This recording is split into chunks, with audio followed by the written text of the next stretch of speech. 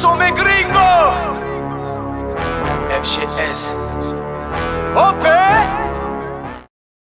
Yo, salut tout le monde, c'est OP, j'espère que vous allez bien et bienvenue sur ma chaîne YouTube. Avant toute chose les amis, on s'abonne à la chaîne si ce n'est toujours pas fait. La petite clochette à côté pour les notifications et on est carré.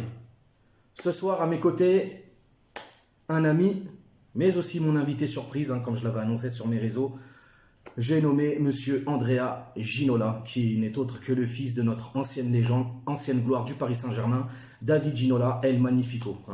Pour les anciens, ils savent. Comment ça va mon ami? Ça va mec, merci de me recevoir, ça fait plaisir. Enfin, je te reçois et tu me reçois en même Oui, temps. exactement, bah oui, à la bonne franquette comme on dit. Bon, t'en as pensé quoi un peu de ce match? Écoute, c'est marrant parce que le fait de regarder l'avant-match et déjà de voir un petit peu les compos, parce qu'on disait que ça serait intéressant de voir ce qui allait être aligné par rapport aux absents. Surpris de la compo Lyon parce que eux du coup avaient un effectif bien quasiment complet.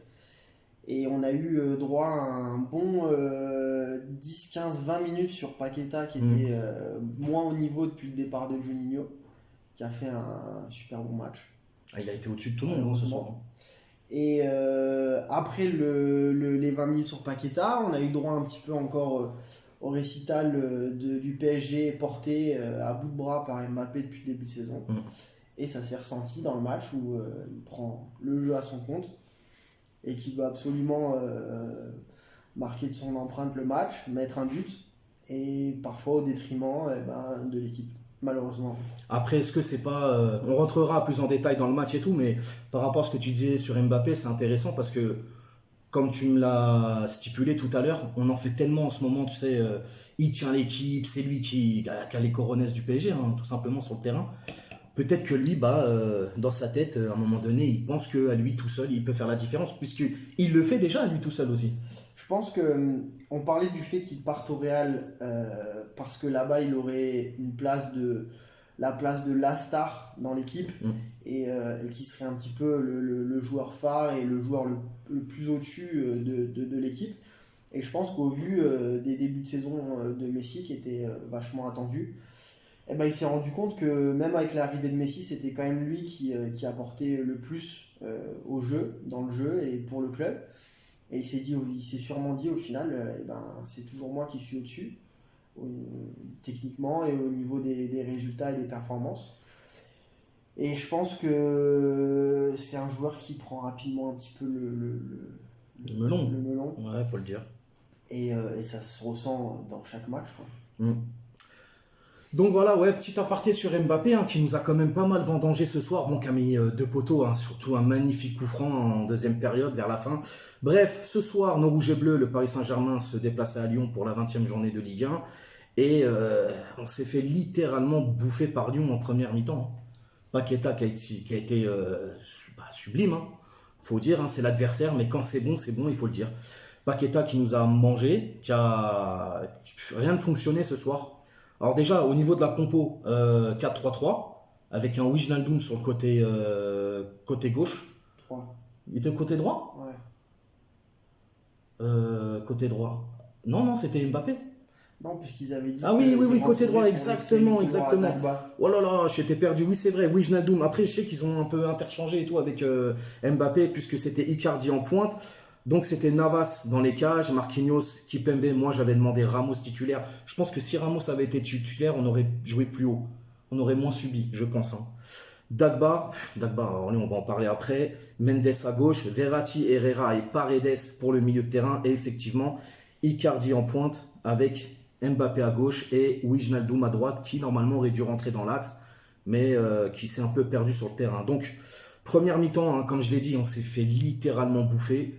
Bon, ce soir, les gars, je vais garder mon calme. On va éviter les noms d'oiseaux, parce que je suis un invité. Je ne vais pas commencer à la copropriété, après c'est le bordel. Bref, on va payer cash, 8e minute. Super, comment dire, très belle passe, très belle transversale de Guimarães pour Paqueta, qui va aller ajuster Navas et qui va mettre ce but à la 8e minute. Moi, frérot, j'étais un peu perdu, J'étais vraiment perdu parce que il n'y a rien qui fonctionnait. Dagba, il s'est fait manger. C'était le couloir du métro derrière. Le couloir du métro. Par rapport au but, toi, même par rapport à la défense parisienne, t'as trouvé ça comment? Le problème, c'est qu'on l'a vu tout de suite qu'il y avait des grosses largeurs dans la défense. On le voit sur le but de Paqueta derrière, Verratti qui vient et qui remet en place un peu Dagba sur son positionnement. Je pense que ce qui est dur aussi, c'est que tu avais vraiment l'impression que Paqueta, il avait à cœur de sortir un gros match, surtout contre le PSG, avec les rumeurs de transferts qui sont quand même bien plus que présentes. Donc tu sentais qu'il avait vraiment à cœur de sortir un peu ses tripes et de sortir un gros match, ce qu'il a fait. Et c'est difficile parce que même si Lyon ont été bons, on a parlé aussi du nombre de touches de balles des défenseurs centraux, qui sont Marquinhos et Kimpembe ce soir. Effectivement. Et on se rend compte que dès que le PSG se sent un peu moins en confiance et perd un peu la maîtrise du match, et ben ça fait tourner derrière, de façon très latérale. Ça part à gauche, ça revient à droite, ça repart à gauche, ça revient à droite. Et du coup, tu te retrouves face à un jeu qui est ultra stérile, où il se passe pas grand-chose. Et t'as Icardi devant qui touche 15 ou 16 ballons dans le match. D'ailleurs, oui, tu regardais tout à l'heure les stats énormes. Les aléas du direct, vous inquiétez pas. Mais énorme, vraiment énorme. Rappelle-moi combien de ballons ils ont touché Marquinhos, Kimpembe. 117, je crois, Marquinhos et 122 Kimpembe, quelque chose comme ça. C'est incroyable, les gars. C'est les Incroyable. deux joueurs, au final, je pense que c'est les deux joueurs qui touchent le plus de ballons ce soir. On n'a fait que de reculer. Cette première mi-temps, et même le match, la physionomie du match en lui-même, on n'a fait que de reculer. D'ailleurs, on a eu encore des frayeurs. Lyon qui ont été encore dangereux en première mi-temps, grâce à un grand Navas et un Marquinhos parfois qui était là au bon moment. Mais sinon, on pouvait rentrer à la mi-temps avec 2-3-0 facile. Ouais. Facile. Deuxième mi-temps, il y avait moins d'intensité, mais Paris, je pense que Paris avait à cœur quand même de faire le jeu. Mais voilà, au milieu, ça bougeait pas. On s'est fait littéralement bouffer aussi par le milieu lyonnais. Non, Lyon, ce soir, ont été au-dessus dans le jeu, on va pas se mentir. 69e minute, il y a Michu, Simons et Kerrer qui vont sortir. Donc, Michu rentre sur le terrain à la place de Herrera. On a Simons qui rentre pour Paredes. D'ailleurs, Paredes, il a été naze, mais vraiment nul à chier. Si c'est pas autre chose. Et Kerrer qui va rentrer à la place. Kerrer qui rentre et qui laisse sa place. Dagba qui laisse sa place à Kerrer. Waouh, je m'embrouille. Ça va. Les petits jeunes, je trouve qu'ils ont apporté beaucoup plus de maîtrise dans le jeu. Ça a été plus vite vers l'avant. Il y avait plus de surnombre dans la surface. Et ça va payer. Ça va payer parce que Michu, à la 78e minute, va faire une passe où il y aura une espèce de cafouillage dans la zone adverse.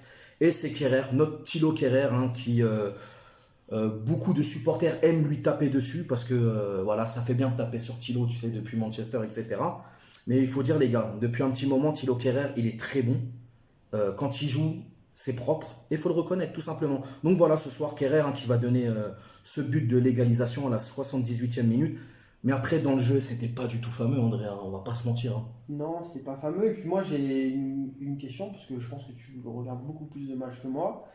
Et ce sera une bonne question, voir si tu as des réactions en commentaire sur la vidéo aussi. Je trouve que ce qui ressort souvent, quand il est pas là, un joueur en particulier au milieu de terrain, on dirait putain, il manquait lui. On parle toujours de Verratti. Surtout pendant les grands matchs. S'il y avait eu Verratti au milieu, il aurait apporté de la créativité. Verratti. Est-ce qu'au final, quand il joue, ça apporte énormément plus au PSG que quand il n'est pas là? Sur ces derniers, parce qu'il n'a pas joué tous les derniers matchs. Moi, en tout cas pour ce match de ce soir, hormis quelques interventions, 2-3 interventions un peu à la Verratti, comme on aime bien dire, mais je ne l'ai pas trouvé flamboyant personnellement. Il n'a pas été à la hauteur du match, il n'a pas été à la hauteur de ce qu'il est. D'ailleurs, il s'est pris un carton jaune, il a continué à gueuler encore. Non, de toute manière, je pense que le mal, c'est toute l'équipe qui a du mal. C'est pas qu'un joueur, c'est l'équipe qui va mal. Par exemple, ce soir, est-ce qu'on peut mettre au crédit de Pochettino le fait que Paris revienne au score? Puisqu'il fait ce changement, il fait rentrer Thilo Kerrer, justement. Donc on peut dire que c'est un changement gagnant ou pas? Je sais pas, parce que à écouter les commentateurs sur Amazon, c'était à chaque fois du poste pour poste quasiment. Alors, les commentateurs, André va s'en charger d'eux après, mais ça c'est autre chose. Mais au final, est-ce qu'il a vraiment changé le système et le plan de jeu en faisant ces changements? Non, je pense que c'est la fraîcheur des joueurs qui sont rentrés Ouais. qui ont fait la Parce différence. que le dispositif, il est resté. Non, il est resté pareil. J'ai pas vu. T'as juste Xavi Simons qui naturellement s'est positionné plus haut sur le terrain parce qu'il va pas jouer 6 Exactement. ou 8. Il va Très belle rentrée. tout de suite se positionner. Il s'est positionné derrière Icardi. Mm. Donc du coup, il a apporté plus de pression sur la ligne défensive j'allais dire je sais pas pourquoi du Real, mais de Lyon. Boateng, tu l'as senti sur ses prises de balles qu'il était beaucoup plus en danger et moins serein. C'est clair. Et tout de suite, tu sens un mec, déjà, comme on a dit, qui a faim, qui a envie. Et ils ont tellement peu d'occasions au final de jouer, parce que ça reste un match de championnat, ça reste pas un match de coupe, qu'au final, ben, ils t'apportent énormément sur tous les plans et tous les aspects. Et moi, je pense que je mettrais plus le but et le changement de la physionomie du match sur ces rentrées-là plutôt que sur Kerrer. Et on peut se le dire, je pense aussi que le fait que Paris fasse rentrer des joueurs frais à la toute fin, et que tu as une équipe lyonnaise justement qui n'a pas du tout changé de joueurs en défense, physiquement il y avait du moins. Ouais. Donc forcément tu pousses et à un moment donné ça rentre. Mais c'est toujours pareil, c'est toujours la même physionomie. On gagne encore en fin de match. Dinaï Bimbe aussi, le jeune Dinaï Bimbe qui va rentrer à la 81e minute et qui va remplacer Wijnaldum qui a été complètement fantomatique. Mais encore une fois, il n'a pas joué à son poste. C'est inadmissible. Tu fais pas jouer un mec comme Wijnaldum côté droit. Ouais. C'est pas possible. Parce que tu joues avec 4 vrais milieux de terrain au final. Eh oui, eh oui. Et pour moi, ce soir, alors on revient au score, c'est un match nul, mais pour moi, je suis désolé, mais de ce que Paris propose, je prends comme une défaite. Moi je suis en colère. Alors là, comme j'ai dit, je vous le montre pas parce que je suis pas chez moi, les gars, hein, tranquille. Mais voilà, pour moi, c'est une défaite. Tu peux pas. Tu peux pas avec l'équipe que tu as. Alors on va me dire, ouais, mais Covid, machin. Tout le monde est à la même enseigne. Mais normalement, avec une équipe comme le PSG, Lyon, on sait que c'est costaud, tu ne peux pas faire match nul. Tu gagnes normalement, tu dois gagner ce match. On l'a vu, on a galéré en première mi-temps, on s'est fait manger, mais manger dans les actions, dans tout, dans tous les compartiments du jeu, on s'est fait manger. Et puis Mbappé, si on en revient sur lui, voilà, qui a voulu tout faire à lui tout seul. Moi, ça commence à me fatiguer. Vraiment, ça me fatigue. Il a eu les actions pour, c'est pas passé loin plusieurs fois. Donc c'est sûr que si ces 2 frappes sur le poteau elles rentrent, eh ben, on aurait fait un peu son éloge. Mais même s'il avait marqué ce soir, pour moi, je trouve que dans sa façon de jouer, il joue un petit peu moins pour le collectif, un petit peu plus pour lui-même. Et lui qui va aller au Real, il aurait peut-être tendance à prendre un petit peu plus exemple sur Benzema. Qui, quand tu regardes des interviews de Ronaldo qui dit si j'ai marqué autant de buts au Real Madrid, c'est grâce à Benzema. Alors que Benzema il jouait 9. Benzema il jouait pas sur le côté, ou pas au milieu de terrain. Donc peut-être prendre exemple sur ces mecs-là qui jouent et qui se donnent pour le club et pour l'équipe et pas pour ses stats perso, quoi. Après, oui, le problème, après, c'est toujours délicat avec Mbappé parce que, comme on le disait tout à l'heure, c'est quand même lui qui te porte l'équipe depuis un petit moment. Mais il faut qu'il comprenne aussi qu'il n'est pas tout seul dans cette équipe. Le football sur le terrain, ça joue à 11. Et au bout d'un moment, voilà, si toi, tu ne peux pas faire gagner l'équipe à toi tout seul, eh ben, fais en sorte que tes coéquipiers se sentent concernés et gagner ce match en équipe. Le problème, c'est qu'il n'y a pas d'équipe au PSG. T'en as un qui pense tenir la baraque, t'as l'autre qui pense avoir les clés de la bagnole. Et chacun, c'est un peu le foutoir, quoi. Mais moi, ce match nul, je suis très contrarié. Bon, Paris, toujours premier, 47 points, on est leader, hein, mais le jeu est dégueulasse. Et qu'est-ce que tu veux que je te dise? Là, dans la compo, là, le coup de sifflet, le match commence, ok? Tu passes en quoi comme compo avec Wijnaldum, Herrera, Verratti et Paredes? C'est quoi la compo là en début de match du coup? Une fois que l'arbitre il lance le match, tu passes en quoi en dispositif? Bah de base, t'es en 4-3-3, mais un 4-3-3, normalement, Wijnaldum, de base, tu joues en 4-4-2. Il va pas jouer sur le couloir. Bah oui, tu joues en 4-4-2 de base. Il disait qu'il allait revenir dans l'axe et que Dagba 4-4-2 en losange. s'occuperait du couloir droit. Ouais. Mais du coup, pour moi, le problème, c'est qu'Herrera, Wijnaldum et Paredes, ils se neutralisent parce que c'est les mêmes joueurs. Exactement, exactement. Donc au final, au milieu de terrain, tu as 3 joueurs qui jouent pareil. Donc lequel va t'apporter quelque chose, sachant qu'ils jouent tous de la même façon. Et c'est pour ça que, ils ont tous le même et c'est pour ça que je te suis quand tu dis que ce soir au milieu c'était stérile. Ouais. On n'a pas porté le ballon, on n'a même pas eu on n'a même pas eu comment dire, on n'a même pas su garder le ballon en fait. On perdait tellement vite le ballon, c'est incroyable. Bon les gars, on va faire le top et les flops. Alors moi, elle a vu la physionomie du match. Dans mes tops, je vais mettre Marquinhos, Kipembe qui ont quand même fait leur match et Navas, hein, parce que si Navas il est pas là, on est mort. Marquinhos qui a fait mettre un très beau but. Ouais, et en plus de ça, ouais, très beau but que Lopez a sorti. Petit mais grand saut. Petit mais grand saut. Ouais, tu vois. des longs doigts surtout. Ouais, laisse tomber, un truc de fou. Et puis le flop, bah écoutez, je vais mettre tout le reste de l'équipe, hein, y compris Mbappé, tout simplement.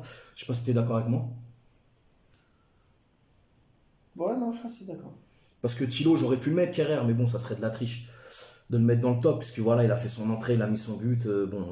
Si on veut, allez, on le mettra dans le top aussi. On mettra Kerrer dans le top par principe, puisque c'est le buteur et c'est lui qui égalise.